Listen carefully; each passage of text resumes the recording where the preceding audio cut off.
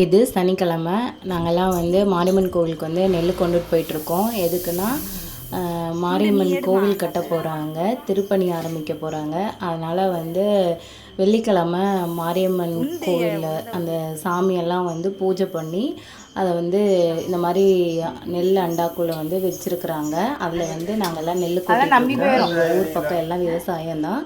அதனால் எல்லார் வீட்லேயும் வந்து கண்டிப்பாக நெல் இருக்கும். அதனால் எல்லோரும் அவங்களால முடிஞ்ச நெல் கொண்டு வந்து அந்த அண்டாவில் கொட்டி வச்சிட்ருக்கோம். அப்புறம் வந்து இந்த மாதிரி ஒரு வேல் மாதிரி ரெடி பண்ணி 2 அம்மனும் வச்சுருக்காங்க, சின்ன மாரியம்மன், பெரிய மாரியம்மன். இப்போ ரீசெண்டாக சித்திரை மாதம் எலெக்ஷனுக்கு முன்னாடி தான் வந்து பண்டிகை முடிஞ்சது.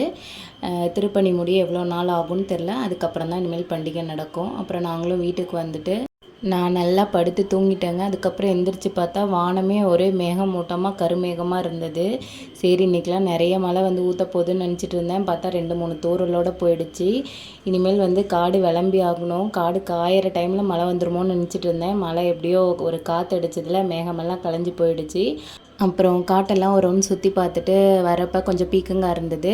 அதை பறிச்சுட்டு வந்தால் குண்டுமல்லி செடியிலையும் கொஞ்சம் முக்கு இருந்தது. அதையும் பறிச்சுட்டு வீட்டுக்கு வந்தாச்சுங்க. தேங்க்ஸ் ஃபார் வாட்சிங். பாய்.